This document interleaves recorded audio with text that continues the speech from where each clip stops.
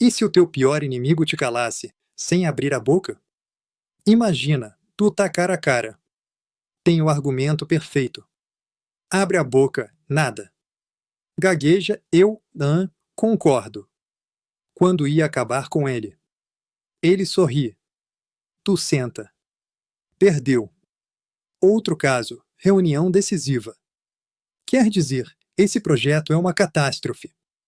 Mas solta. Show. Bora. Provas. Sumiram. Assina. Obedece. Como? Tua foto, fincada de alfinetes, queimada à meia-noite. Pó preto misturado no café. Teu nome escrito ao contrário na sola do sapato dele. Efeito, medo esganando. Língua travada. Memória apagada. Virais sombra dele. Políticos, CIOR em todo canto. Sem prova. Só vidas destruídas. E tu, aquele silêncio na última reunião? Acaso? Mais vídeos e infos do mundo esotérico, inscreva-se. Curte e compartilha esse vídeo.